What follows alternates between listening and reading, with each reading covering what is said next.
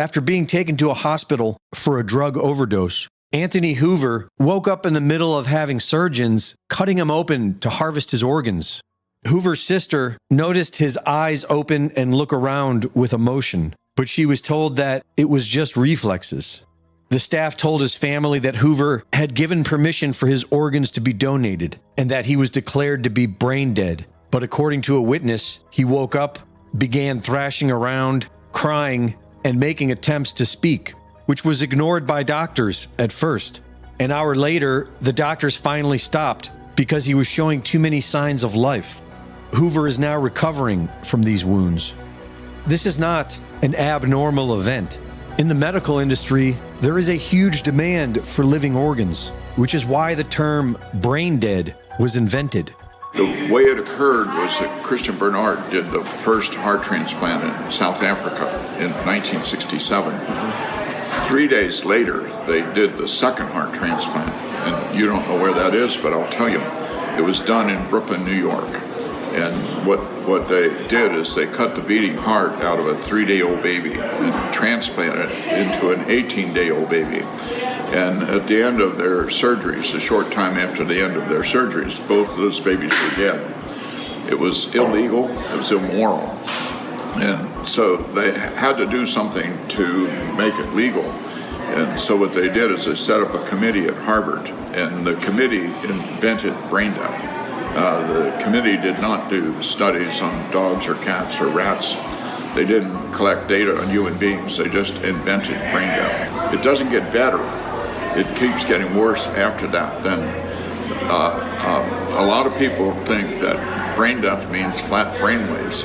They're not even required to do brainwave testing.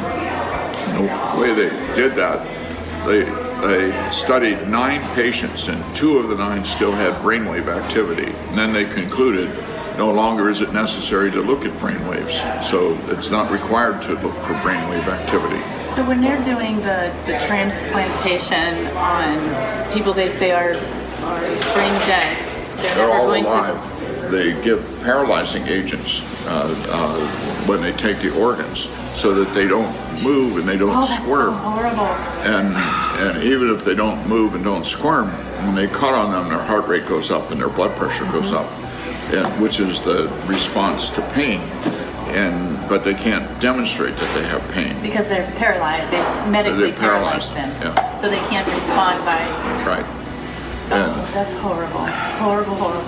And it gets really bad if you pay attention to it. Apparently, we are having a human organ shortage. The United States has a very severe organ shortage. Every year, there's over 100,000 people waiting for organs, and there's additions on a weekly basis to that list, and fewer people coming off the list. And so we're in this constant state of crisis, trying to find organs for people in need.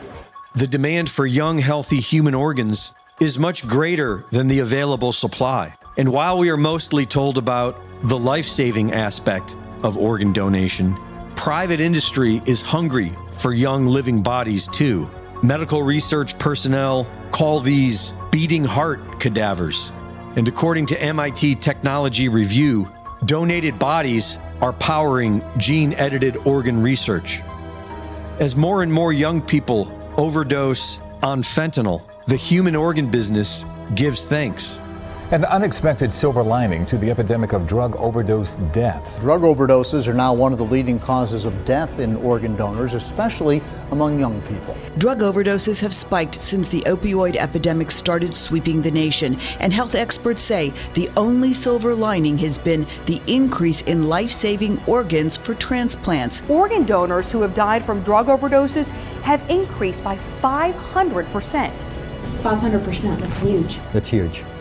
A trend they really started to notice 4 years ago.